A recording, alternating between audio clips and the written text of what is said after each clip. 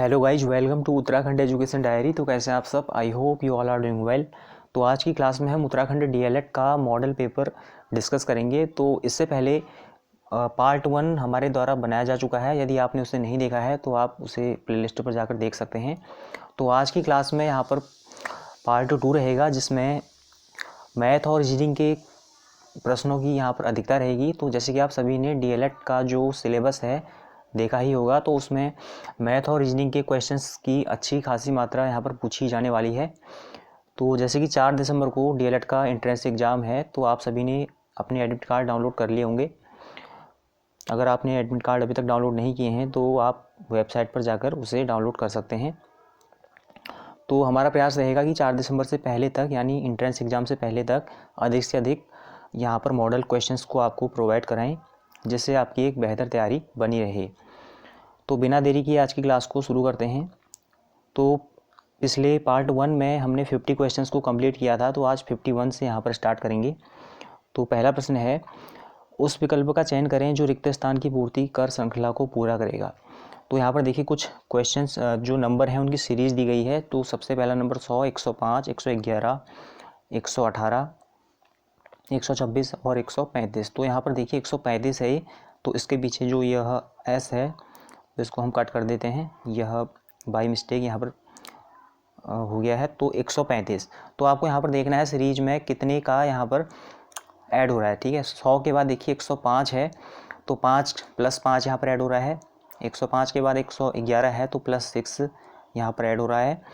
111 के बाद 18, तो इसी तरह से 7 ऐड हो रहा है, और उसके बाद फिर 8 ऐड होगा। तो फाइनली 135 में हमको ऐड करना पड़ेगा कितना? तो 126 में हमने 9 ऐड किया था, 135 में हमको 10 ऐड करना पड़ेगा। तो देखिए यहाँ पर 135 + 10 कितना हो जाएगा? +10 इसमें हमको ऐड करना पड़ेगा। तो ये हो जाएगा 145। लेकिन यहाँ पर जो ऑप्शन है, देखिए थोड़ा ऑप्शन में यहाँ पर गड़बड़ी है, तो शायद यह प्रिंटिंग मिस्टेक की वजह से हुआ होगा। तो यहाँ पर इसका जो राइट आंसर होगा 145 होगा। ठीक है, 145 इसका सही आंसर होगा। तो बढ़ते हैं अगले प्रश्न पर। तो यहाँ पर नीचे दी गई श्रृंखला में पहचान करें कि प्रश्नवाचक के स्थान पर क्या आ सकता है। तो यहाँ पर भी अल्फ़ाबेट सीरीज़ दी गई है। तो देखिए इसमें काफ़ी आसान होता है इसमें पता लगाने की जो अगला जो पद है वह कौन सा होगा। तो देखिए सबसे पहले बी है, फिर उसके बाद डी है। तो आप केवल पहले वाले अल्फ़ाबेट को देखिए, फिर एफ है, फिर एच, जे, एल। तो इसमें आपको स्पष्ट दिख रहा है कि बी के बाद दो का जो यहाँ पर ऐड किया गया है, बी, सी और डी। ठीक है, +2 किया गया है। और उसके बाद फिर डी के बाद भी +2, यानी ई और एफ, एफ के बाद जी एच, एच के बाद जे, जे के बाद 2 ऐड करने पे एल, तो एल के बाद भी हमको 2 एक्स्ट्रा ऐड करना पड़ेगा। तो एल, एम, एन, यानी अब जो पहला होगा या तो एन, वो एन होगा। ठीक है, तो यहाँ पर एन 2 ऑप्शन में है, एक सी में है और एक बी में भी है। तो अब हमको आगे बढ़ना होगा। तो एक्स, एक्स के बाद यहाँ पर यू है, तो यानी कि एक्स से यू कम हो रहा है। ठीक है, तो कितना कम हो रहा है?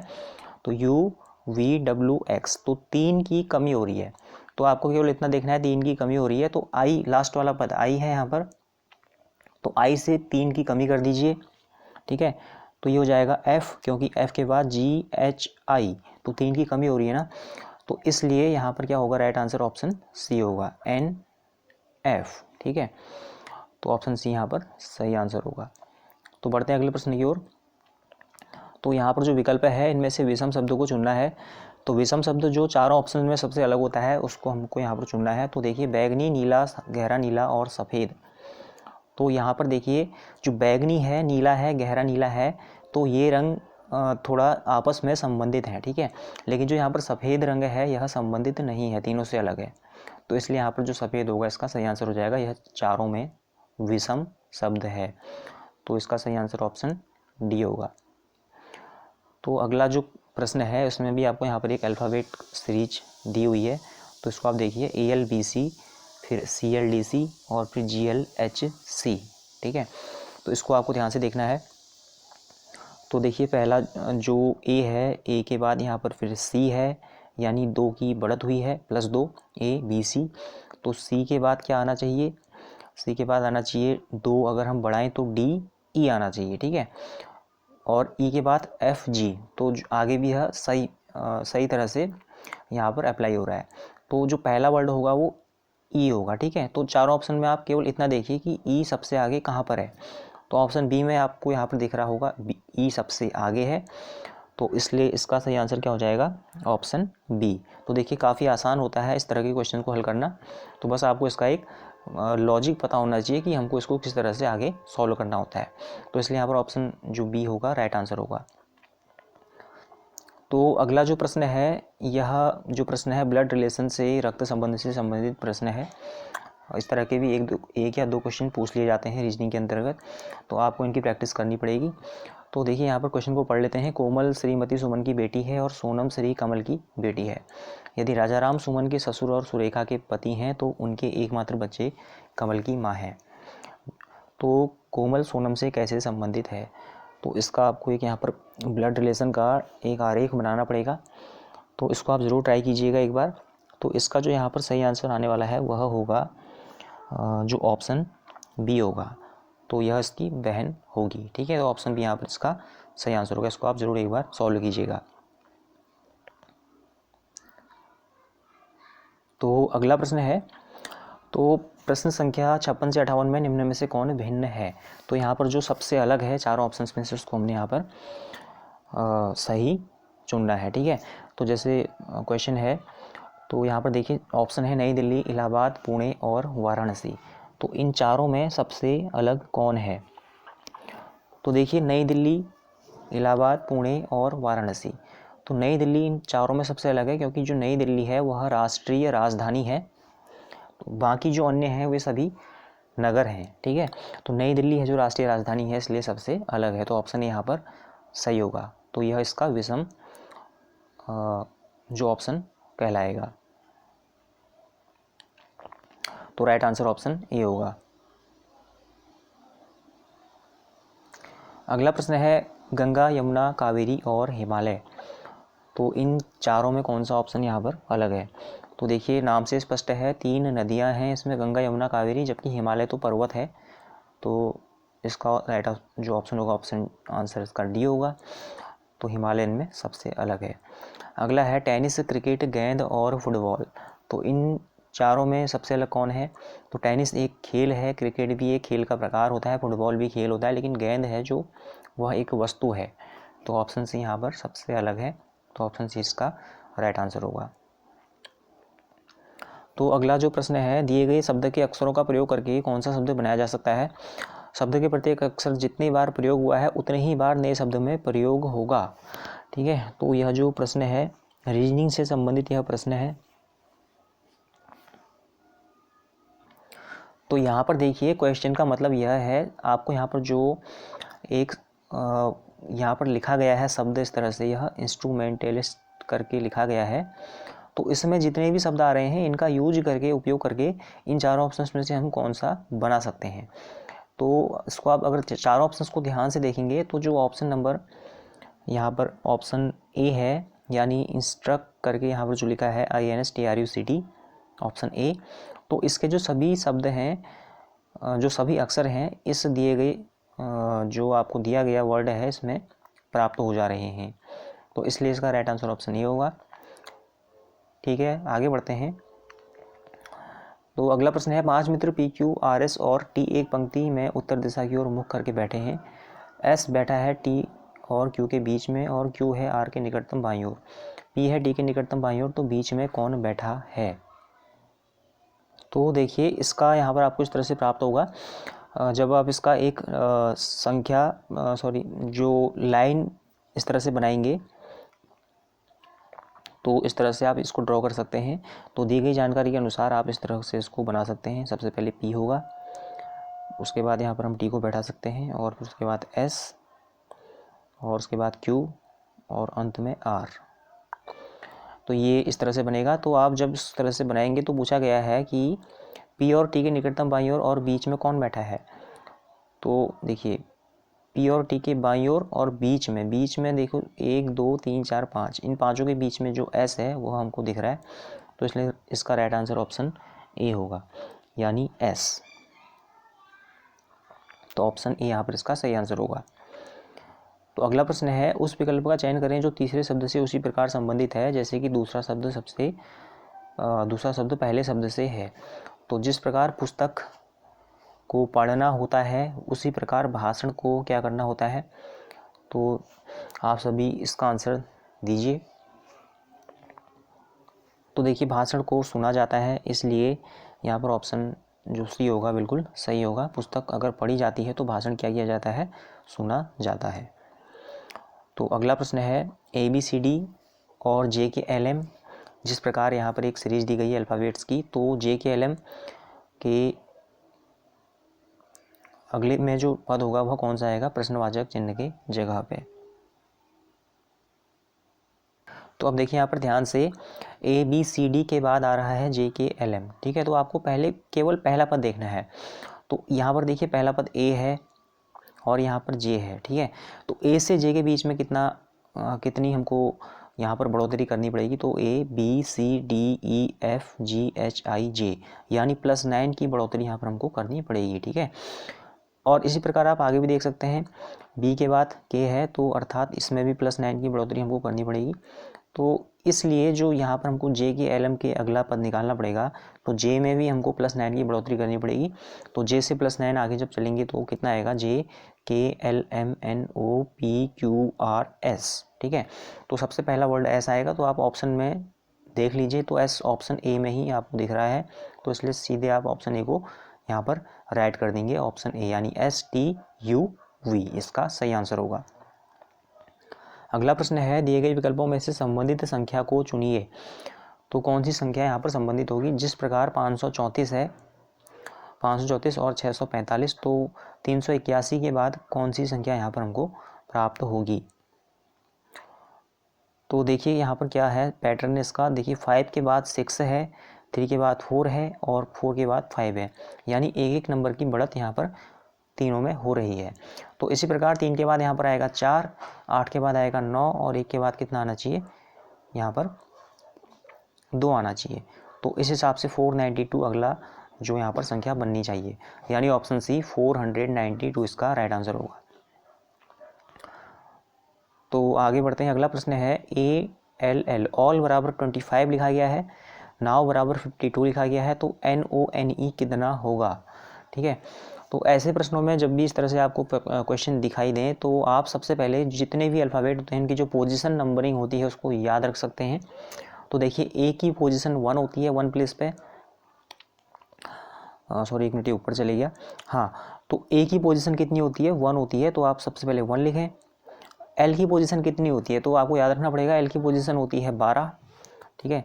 तो 12 होती है, अगले वाले L की भी 12 होगी, तो 12 12 24 प्लस 1 कितना हो जाएगा, 25 होगा। तो यानी कि सभी अल्फ़ाबेट का योग उनके सामने संख्या के रूप में दिया गया है। तो उसी प्रकार नाव का योग 52 है। एक बार आपको इतना पता चल जाए तो आपको आगे ट्राई बिल्कुल नहीं करना है।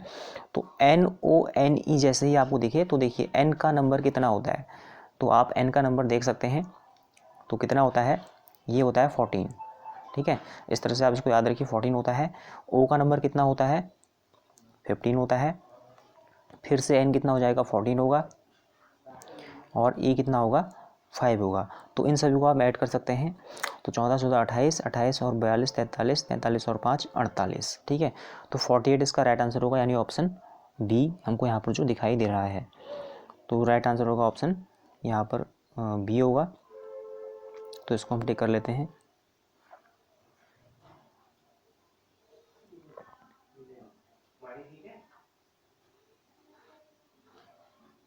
तो बढ़ते हैं आगे।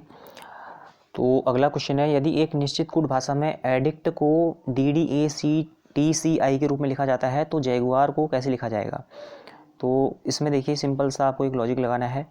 तो सबसे पहले इसमें जो A है, देखिए A पहले नंबर का है और उसकी पोजीशन का कितनी हो जा रही है, देखिए आप ध्यान से।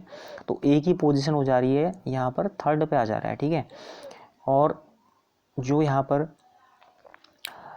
2nd नंबर का जो वर्ड है उसकी पोजीशन, ठीक है, उसकी पोजीशन भी चेंज हो जा रही है। तो आप यहाँ पर लास्ट वर्ड को देख सकते हैं। देखिए लास्ट में जो आपका अल्फ़ाबेट T है वो आ जा रहा है आपके लास्ट से तीसरे नंबर पे, ठीक है। तो इतना आप देखिए। अब इसको जो वर्ड दिया गया है उसको देखिए जैगुआर, ठीक है। तो जैसे कि A यहाँ फर्स्ट है वो 3rd प्लेस पे जा रहा है, तो J भी जाएगा 3rd प्लेस पे। तो ऑप्शन में को चेक कीजिए जिसमें J 3rd प्लेस पे हो। तो देखिए आपको सिर्फ एक ही ऑप्शन ऐसा दिख रहा है तो जहाँ पर ये ऑप्शन बी है इसमें जे थर्ड प्लेस पे आ चुका है। तो इस तरह से आप आसानी से पता लगा सकते हैं कि जो इसका राइट आंसर ऑप्शन बी होगा, क्योंकि यहाँ पर केवल आपने ए को देखा जो थर्ड प्लेस पे है, थर्ड प्लेस पे चले जा रहा है, तो यहाँ पर जो जे है वो भी थर्ड प्लेस पे होना चाहिए, यानी कि ऑप्शन बी इसका राइट आंसर होगा। अगला प्रश्न है संख्या श्रेणी को पूरा कीजिए। तो देखिए यहाँ पर जो पहला नंबर है 1 है, फिर 3 है, 11 है, 47 है, डैश डैश, बीच में रिक्त स्थान और लास्ट में 1439 यानी 1439 है। तो इसमें बीच में रिक्त स्थान की जगह कौन सा नंबर भरा जाएगा? तो देखिए यह जो है एक गुणोत्तर श्रेणी यहाँ पर लग रही है, तो इसको देखते हैं, एक बार चेक करते हैं।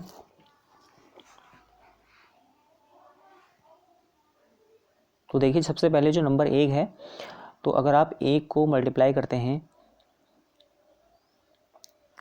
देखिए 1 को मल्टीप्लाई करें 2 से प्लस 1 ऐड कर दें तो आपको 3 प्राप्त होगा, है ना।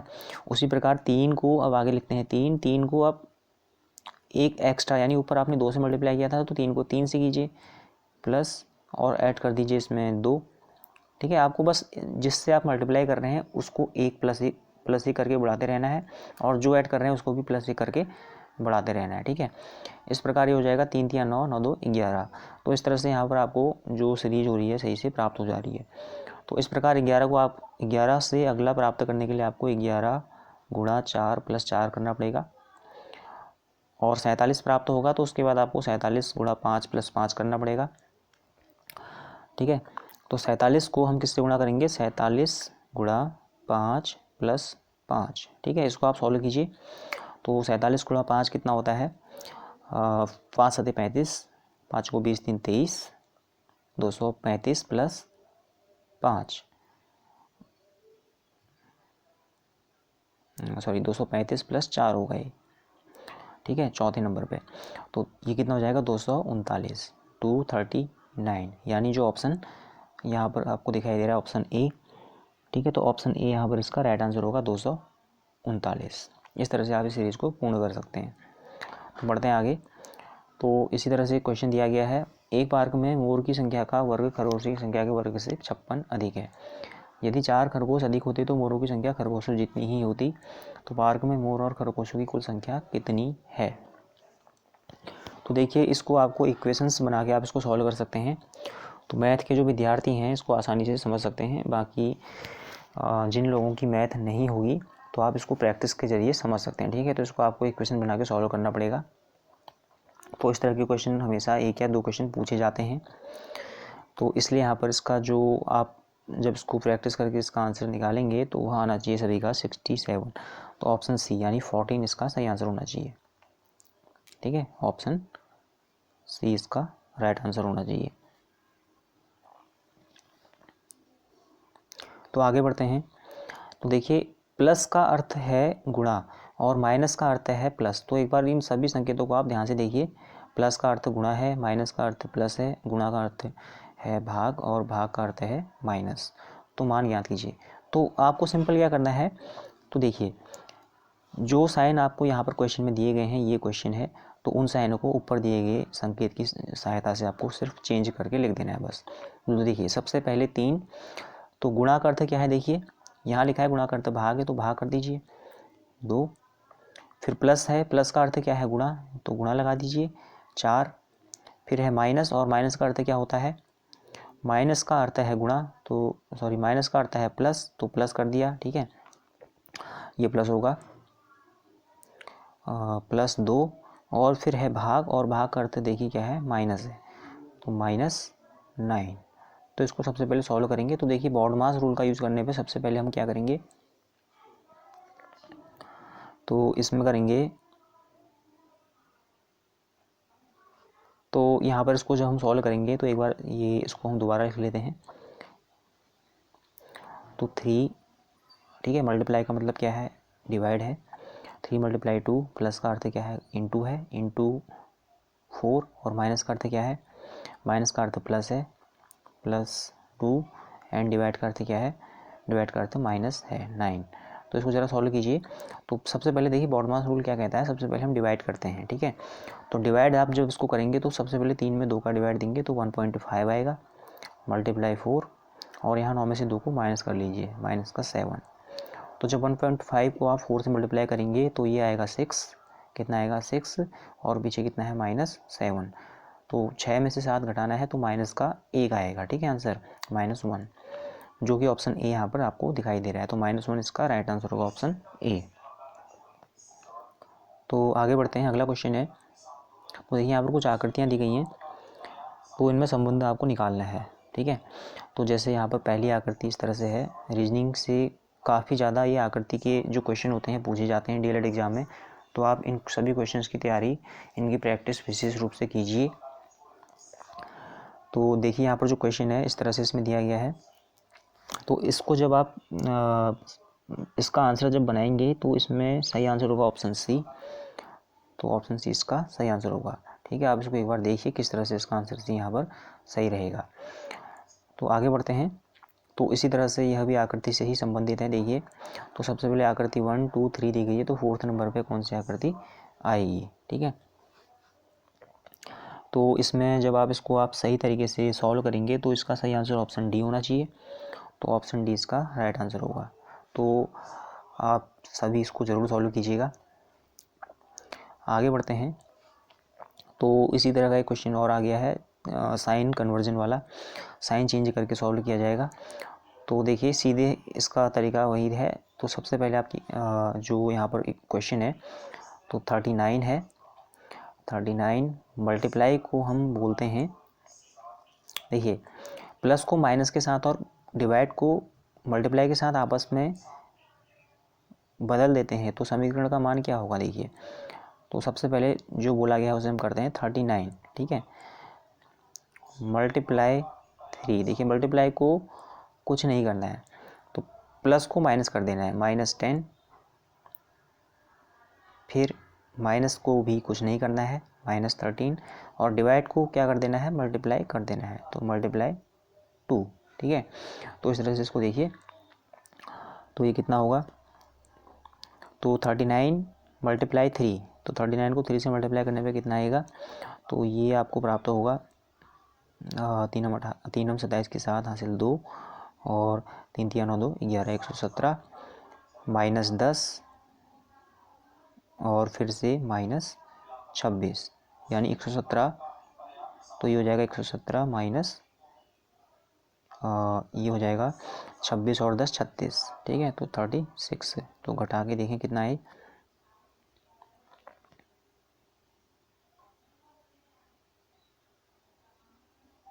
अच्छा देखिए बाई मिस्टेक यहाँ पर थोड़ा सा हमने ध्यान से देखिए, इसमें क्या करना है, जो प्लस जो मल्टीप्लाई का साइन है उसको हमको डिवाइड बना देना है, और जहाँ पर डिवाइड है उसको मल्टीप्लाई कर देना है, ठीक है। तो देखिए 39, तो मल्टीप्लाई का साइन है इसको हमने डिवाइड से एक्सचेंज करना है, ठीक है। क्वेश्चन में बोला गया था कि एक्सचेंज हमको करना है। तो ये हो जाएगा डिवाइड 3, और प्लस को हमने माइनस करना है, तो -10, और माइनस को हम प्लस करेंगे तो +13, और डिवाइड को हम क्या करेंगे, मल्टीप्लाई, डिवाइड बाय 2। तो देखिए कितना आता है।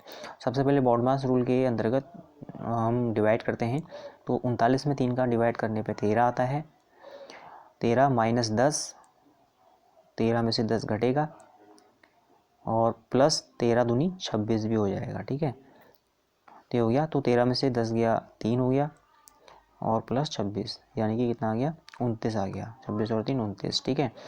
तो ऑप्शन सी यहाँ पर आपको दिखाई दे रहा है 29, जो कि राइट आंसर होगा। तो आगे बढ़ते हैं। दी गई संख्याओं की श्रृंखला में एक संख्या गलत है, तो उस गलत संख्या का पता लगाइए। तो देखिए यहाँ पर रॉन्ग नंबर जो दी गई सीरीज है, इसमें रॉन्ग नंबर कौन सा है हमको यहाँ पर पता लगाना है। तो इसका जो यहाँ पर सही आंसर होगा ऑप्शन, इसको एक बार चेक करना पड़ेगा। देखिए, तो 17 के बाद 19 है, यानी 2 बढ़ गया, ठीक है। 19 के बाद 23 है, 2 की इसमें भी बढ़ोतरी हो रही है। 23 के बाद 29 है, ठीक है, सॉरी 19 के बाद 23 में 4 की बढ़त हो रही है ना। सबसे पहले 17 के बाद 19 2, 19 के बाद 23 4, तो 23 के बाद कितनी होनी चाहिए, 23 के बाद यहाँ पर लिखा गया है 29, यानी 6 की बढ़त हो रही है, यानी सब में 2 2 आगे इस तरह से अंतर बढ़ेगा, और 6 के बाद फिर 8 बढ़ना चाहिए, यानी 29 और 8 कितना होता है 37 होता है, ठीक है। लेकिन यहाँ पर 33 है अगला पद, तो यानी कि ये गलत है। तो यानी कि ऑप्शन यहाँ पर बी राइट आंसर हो जाएगा, 33 यहाँ पर नहीं होना चाहिए। अगला प्रश्न है चित्र में सही जल प्रतिबिंब का चयन कीजिए।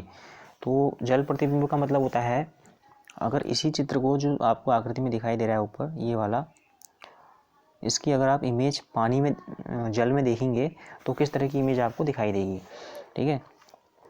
तो इसका जो राइट आंसर होगा ऑप्शन यहाँ पर ए होगा। तो जो ए वाला ऑप्शन है इसका इस तरह से जल प्रतिबिंब आपको दिखाई देगा, तो ऑप्शन इसका राइट आंसर है। अगला प्रश्न है लुप्त संख्या हमको ज्ञात करनी है। तो देखिए काफ़ी महत्वपूर्ण प्रश्न होता है इस तरह का, जो लुप्त संख्या वाला ज्ञात करने के लिए आता है। तो इसमें आपको क्या करना होता है, देखिए सबसे पहले यहाँ पर आपको इस तरह से 9, 30, 21 दिया गया है, 6 क्वेश्चन मार्क एंड 14, 12, 40 एंड 28 दिया गया है। तो इसमें आपको जो अंक लुप्त है वह फाइंड करना है। तो इसमें देखिए जो सबसे पहला अंक है 9, उसके बाद 21, ठीक है। तो इन दोनों को आप ऐड कीजिए तो कितना आता है, 9 + 21 कितना होता है, ये आ जाता है 30, ठीक है। उसके बाद आगे देखिए 6 + 14 कीजिए, फर्स्ट और लास्ट। तो 6 + 14 करेंगे तो कितना आएगा, तो ये आता है 20, ठीक है। एक एक्स्ट्रा अगर आपको अपने आंसर को टेस्ट करना है तो आप लास्ट वाले को भी चेक कर सकते हैं। तो 12 + 28 कीजिए, कितना आता है, 40 आता है, यानी कि ये भी बिल्कुल सही है, ठीक है। तो ये पैटर्न बिल्कुल सही है। तो यहाँ पर जो ऑप्शन जो क्वेश्चन मार्क है इसका क्या आना चाहिए, 20 आना चाहिए, ऑप्शन ए इसका राइट आंसर होगा। अगला प्रश्न है, तो श्रृंखला में एक संख्या गलत है तो उस गलत संख्या का पता लगाइए। तो इसमें भी आपको गलत नंबर को चूज करना है।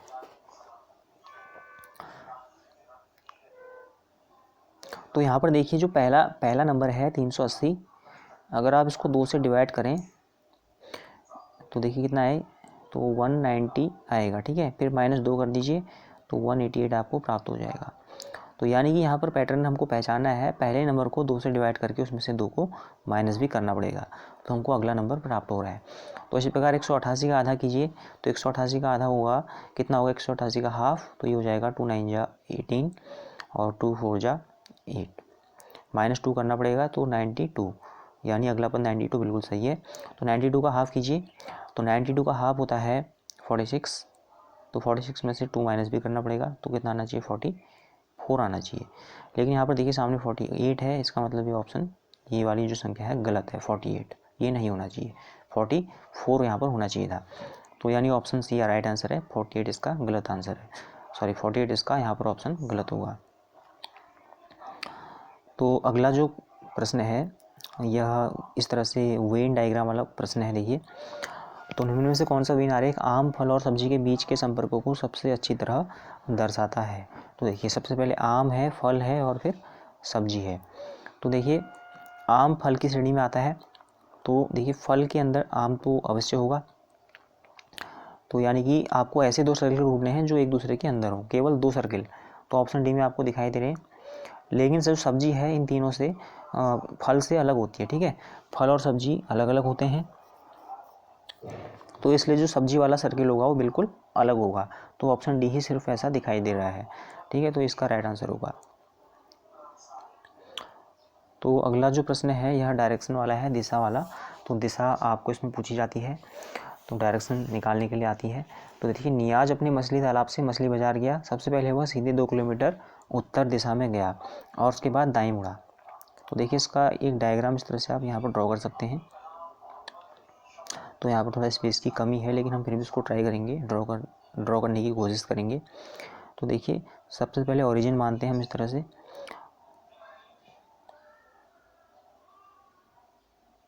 ठीक है, ये ओरिजिन पॉइंट हो गया इस तरह से। तो सबसे पहले वह 2 किलोमीटर उत्तर दिशा में गया, ठीक है, उत्तर दिशा इस तरह से होती है, 2 किलोमीटर गया और उसके बाद वह दाएं मुड़ा। तो देखिए लेफ़्ट और राइट, तो वह दाएं मुड़ा, बायां और दायां, यानी इस तरह से मुड़ा। उसके बाद वह 3 किलोमीटर सीधे गया, यानी इस तरह से 3 किलोमीटर सामने सीधे दाएं ओर गया और उसके बाद वह बाएं मुड़कर मछली बाज़ार तक पहुंचने के लिए 3 किलोमीटर चला। तो उसके बाद फिर वह बाएं मुड़ा। देखिए बाएं इस पॉइंट से जो बाएं होगा ना, इधर की ओर ऊपर की ओर होगा, तो यहाँ भी वो कितने किलोमीटर, 3 किलोमीटर चला। मछली बाजार संबंध में नियाज का मछली तालाब किस दिशा में स्थित है। ठीक है, तो देखिए यहाँ पर से वह चलना स्टार्ट हुआ था और वो यहाँ पर पहुँच गया। तो ये वाली जो डायरेक्शन है ना, ये वाली इस तरह से जो डायरेक्शन है, ये कौन सी डायरेक्शन है। तो देखिए डायरेक्शन का जो इस तरह से होता है, ये नॉर्थ होता है, ये साउथ होता है, ये ईस्ट होता है और ये वेस्ट होता है। तो देखिए ये वाली डायरेक्शन ऐसे आपको इस तरह से समथिंग दिखाई देगी, है ना। तो ये डायरेक्शन कौन सी होती है, नॉर्थ ईस्ट यानी उत्तर पूर्व। तो इसका राइट आंसर ऑप्शन ए होगा।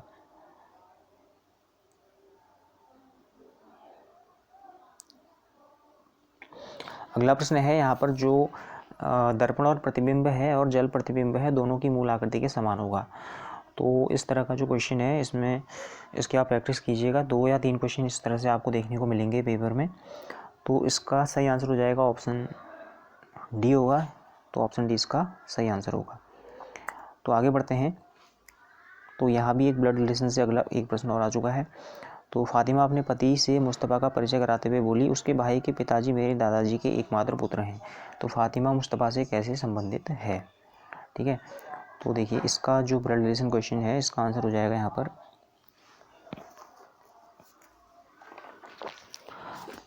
ऑप्शन बी होगा, यानी बहन के रूप में वो उससे संबंधित है। तो ऑप्शन बी इसका राइट आंसर होगा। तो इस क्वेश्चन को आप एक बार जरूर बनाइएगा। तो अगला प्रश्न है यहाँ पर देखिए निष्कर्ष और कथन वाला प्रश्न है। तो कथन इस तरह से है, चार्ली चैपलिन ने जितनी भी फिल्मों में अभिनय किया सब मूक फिल्म थी, उनकी कुछ फिल्म MGM द्वारा बनाई गई थी। तो देखिए अब निष्कर्ष से क्या निकलता है, कौन सा निष्कर्ष यहाँ पर सही हो सकता है। MGM केवल फिल्म बनाती है, चार्ली चैपलिन ने MGM द्वारा बनाई गई कुछ मूक फिल्मों में अभिनय किया था, MGM ने चार्ली चैपलिन के साथ बोलने वाली फिल्म बनाई, सभी मूक फिल्म जिनमें चार्ली चैपलिन ने अभिनय किया MGM द्वारा बनाई गई थी। ठीक है, तो इन सभी को पढ़ने के बाद आपको कौन सा तर्क इसमें सही लगता है। तो इसका देखिए सही आंसर होगा यहाँ पर ऑप्शन बी। ठीक है, तो यहाँ पर जो ऑप्शन बी होगा, केवल निष्कर्ष 2 अनुसरण करता है। तो चार्ली चैपलिन ने MGM द्वारा बनाई गई कुछ मुख्य फिल्मों में अभिनय किया था। तो ऑप्शन बी इसका राइट आंसर होगा। तो अगला प्रश्न है, कौन सी उत्तर आकृति प्रश्न आकृति को पूरा करेगी।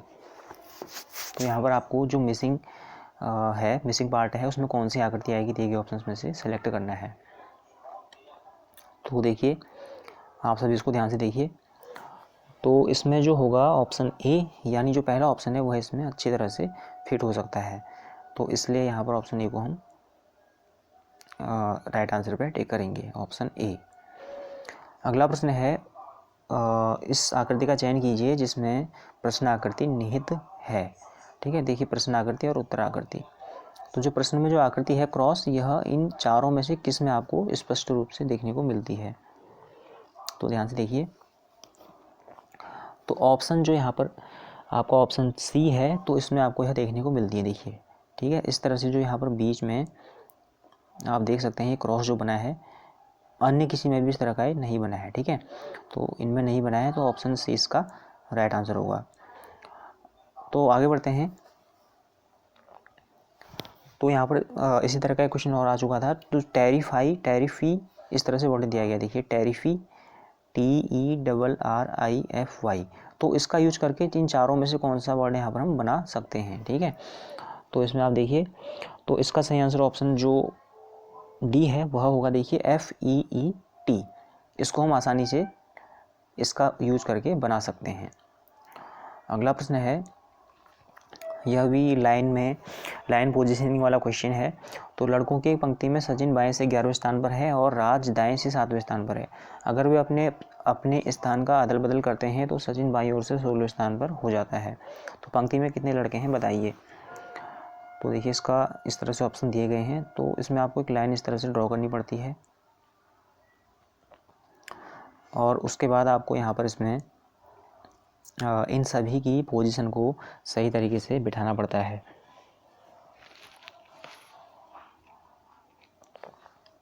ठीक है, तो इसको सॉल्यूशन करने के बाद जो इसका आंसर आएगा, देखिए अगर सारे क्वेश्चन को यहाँ पर सॉल्यूशन किया गया तो वीडियो काफ़ी लंबी हो जाएगी।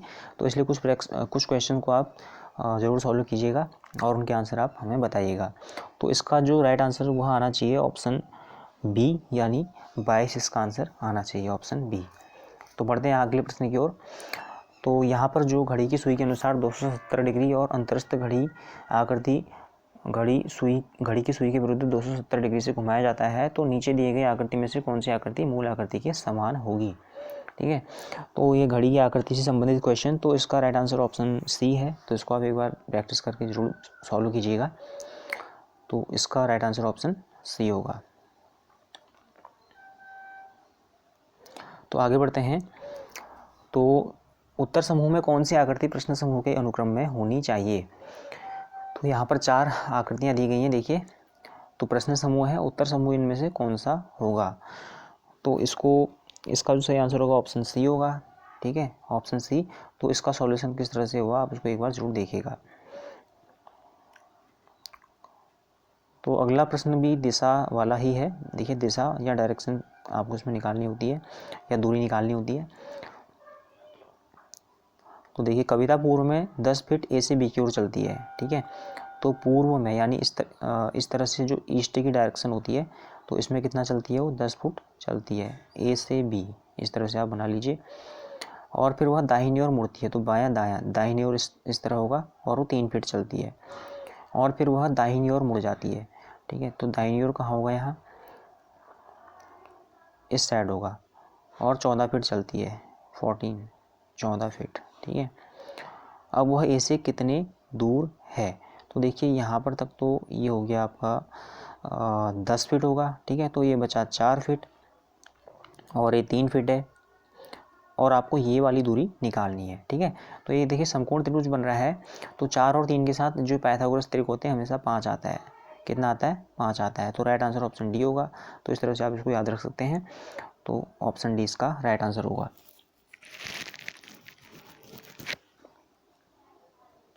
अगला प्रश्न है, तो यहाँ पर कथन और निष्कर्ष, इस तरह से वही क्वेश्चन एक बार फिर से तार्किक इस तरह का क्वेश्चन आया हुआ है। तो देखिए, इसमें एक बार पढ़ते हैं। तो अंतर्राष्ट्रीय तेल कीमतों में हुई अचानक वृद्धि को ध्यान में रखते हुए सरकार तेल की कीमतों की वर्तमान नीति की समीक्षा करेगी, यह कथन है। तो यहाँ पर दो निष्कर्ष दिए गए हैं। सरकार अंतर्राष्ट्रीय तेल की कीमतों में हुई अचानक वृद्धि के बाद तेल की कीमतों में वृद्धि करेगी। सरकार अंतर्राष्ट्रीय तेल की कीमतों में अचानक हुई वृद्धि के बावजूद तेल की कीमतों में वृद्धि नहीं करेगी। तो इसका सही जो आंसर होगा कौन सा होगा। चारों ऑप्शन यहाँ पर आप देख सकते हैं। तो इसका सही आंसर ऑप्शन जो सी है वह होगा। या तो निष्कर्ष ए या निष्कर्ष 2 अनुसरण करता है। तो यह सरकार तय करेगी कि वृद्धि करनी है या कमी करनी है। तो ऑप्शन सी इसका राइट आंसर होगा। तो अगला जो प्रश्न है, यदि ए प्लस बी का मतलब ए बी का पति है और ए हैज़ बी का मतलब ए बी का भाई है, तो इस तरह का ब्लड रिलेशन से ही देखिए काफ़ी क्वेश्चन आ रहे हैं ब्लड रिलेशन से, रक्त संबंध से, तो इनकी अच्छे से प्रैक्टिस कर लीजिएगा। तो इसका जो राइट आंसर सभी का आना चाहिए, इस प्रश्न का राइट आंसर ऑप्शन डी आना चाहिए, यानी जो हमसे पूछा गया है सही विकल्प तो टी क्योंकि पोती है। तो आप इस क्वेश्चन को एक बार जरूर बनाइएगा। अगला प्रश्न है, यदि किसी माह की 23वीं तारीख को रविवार है तो 2 सप्ताह और 4 दिन पहले कौन सा दिन होगा।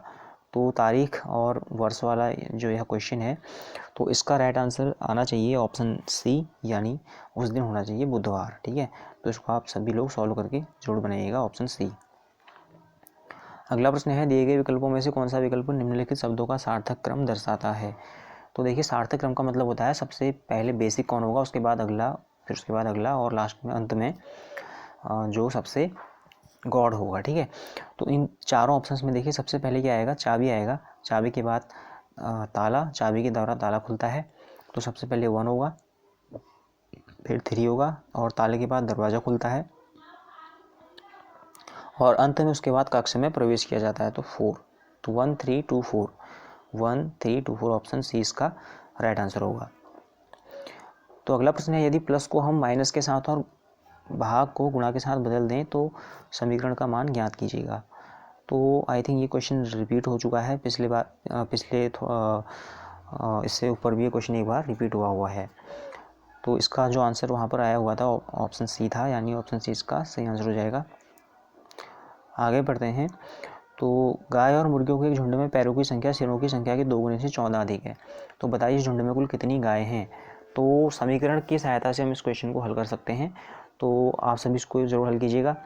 तो इसका सभी जो इसका राइट आंसर आना चाहिए सभी का, वह आना चाहिए ऑप्शन ए यानी 7। तो ऑप्शन ए इसका राइट आंसर आना चाहिए सभी का, ऑप्शन ए 7। तो अगला प्रश्न है, विकास और सुजीत की वर्तमान आयु क्रमशः 5:4 में है और 3 वर्ष बाद उनकी आयु का अनुपात 11:9 हो जाएगा। तो सुजीत की वर्तमान आयु कितने वर्ष है? तो आयु वाली जो है क्वेश्चन है, ठीक है, आयु वर्तमान आयु से संबंधित क्वेश्चन। तो इसको सॉल्व करने के बाद जो राइट आंसर आना चाहिए सभी का ऑप्शन बी आना चाहिए यानी 24। ठीक है, तो सुजीत की वर्तमान आयु कितनी आनी चाहिए? 24 वर्ष। तो अगला जो प्रश्न है, विलुप्त संख्या को यहाँ पर हमने फिल करना है। तो कौन सी संख्या क्वेश्चन मार्क के स्थान पर हमको यहाँ पर प्राप्त होगी? तो देखिए यहाँ पर इसका जो राइट आंसर हो जाएगा ऑप्शन, तो ऑप्शन जो सी है यहाँ पर इसका सही आंसर होगा। देखिए किस प्रकार से होगा। तो देखिए सबसे पहले हम यहाँ से शुरुआत करते हैं, 9 और 17 ऐसे करके चलेंगे। तो 9 2 जा 18 होता है, 18 में से एक गया 17, तो इसका ही हो जाएगा 17। उसके बाद 17 पूजा होता, 17 के बाद आगे चलिए इन दोनों का हम चेक करते हैं। 160 और 319 है, 160 का दोगुना होता है 320 और 320 में से फिर से हमको एक माइनस करना पड़ेगा, तो हमको प्राप्त होगा 319। ठीक है, तो इसी प्रकार 475 से आगे बढ़िए, तो यहाँ भी हमको वही पैटर्न अप्लाई करना पड़ेगा। तो 475 का दोगुना करना पड़ेगा और फिर उसमें से एक को माइनस भी करना पड़ेगा, तो हमको प्राप्त होगा 949। ऑप्शन सी राइट होगा। अगला प्रश्न है, दिए गए आकृति में प्रश्नवाचक चिन्ह के स्थान पर कौन सी संख्या यहाँ पर आएगी? ठीक है, तो इसमें आपको चेक करना है। तो इसमें जो सही आंसर होगा देखिए ऑप्शन बी होगा, ऑप्शन बी यानी 176। वह किस प्रकार से होगा?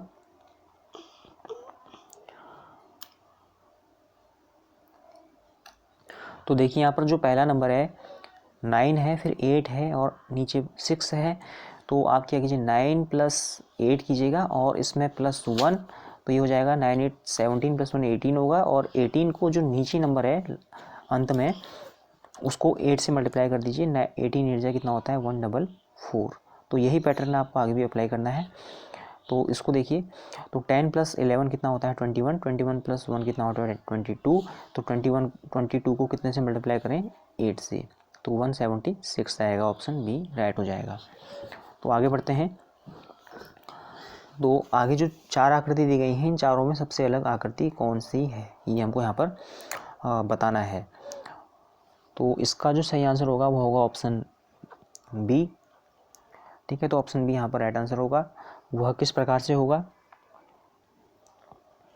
क्योंकि देखिए जो ऑप्शन ए है वह आर का, और ऑप्शन सी है वह क्यू का, और ऑप्शन जो डी है एस का दर्पण प्रतिबिंब है। ठीक है, जब आप इनको दर्पण में देखते हैं तो इस तरह से आपको दिखाई देंगे, तो उल्टे बने हुए। लेकिन जो ऑप्शन बी है यह जी का इस तरह का प्रतिबिंब हमको नहीं मिलता है देखने को, तो इसलिए जो ऑप्शन बी होगा यहाँ पर सही होगा। तो आगे बढ़ते हैं। निम्नलिखित चित्र में त्रिकोणों की कुल संख्या कितनी है? त्रिकोण यानी कि त्रिभुज, इसमें कितने हैं आपको यहाँ पर बताना है। तो इसका राइट आंसर ऑप्शन सी होगा, यानी कि यहाँ पर कुल 13 त्रिभुज उपरोक्त दिए गए चित्र में उपस्थित हैं। तो आप इनको काउंट कर सकते हैं। तो आगे बढ़ते हैं। 99 क्वेश्चन है, उत्तर समूह में कौन सी आकृति दिए गए प्रश्न समूह में प्रश्न चिन्ह के स्थान पर आनी चाहिए? तो यहाँ पर देखिए इस तरह से आकृति दी गई है, तो फर्स्ट सेकंड थर्ड और इस तरह से फर्स्ट सेकंड थर्ड। तो यहाँ पर लास्ट में अंत वाले में प्रश्नवाचक के स्थान पर कौन सी आकृति आएगी? तो देखिए जो सबसे पहली आकृति है वही सबसे ज़्यादा इनलार्ज हो जा रही है, बढ़ा के दी गई है। तो सबसे पहली आकृति क्या है? देखिए इस तरह से कि पंचभुज है, पेंटागन है, 1 2 5 भुजाओं वाला। तो यहाँ पर 5 भुजाओं वाला जो सबसे डार्क है ऑप्शन ए, ठीक है, सबसे बड़ा है जो, तो ये आ जाएगा 99 का ऑप्शन ए होगा। ठीक है, तो ऑप्शन ए इसका राइट आंसर होगा।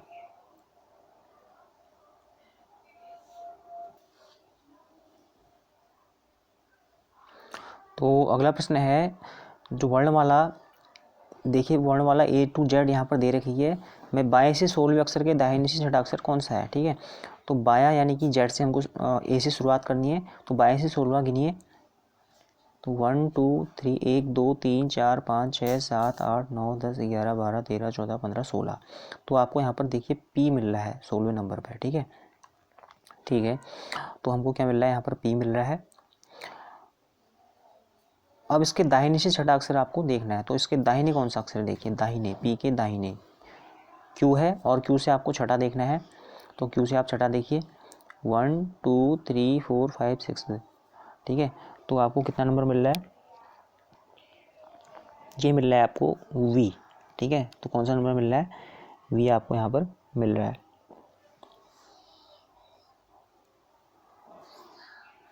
तो यहाँ पर हो जाएगा इसका ऑप्शन डी, यानी जो V है वह इसका राइट आंसर हो जाएगा। तो आज की वीडियो में इतना ही। तो 100 क्वेश्चन यहाँ पर कंप्लीट हो चुके हैं। तो इसका अगला पार्ट हम जल्दी ही बनाएंगे। इसके साथ ही जीएस और जीके का जो पार्ट होगा उसकी भी हम यहाँ पर अलग से क्लास लाएंगे, तो आप उसे ज़रूर देखिएगा। तो मिलते हैं नेक्स्ट क्लास में। Thank you.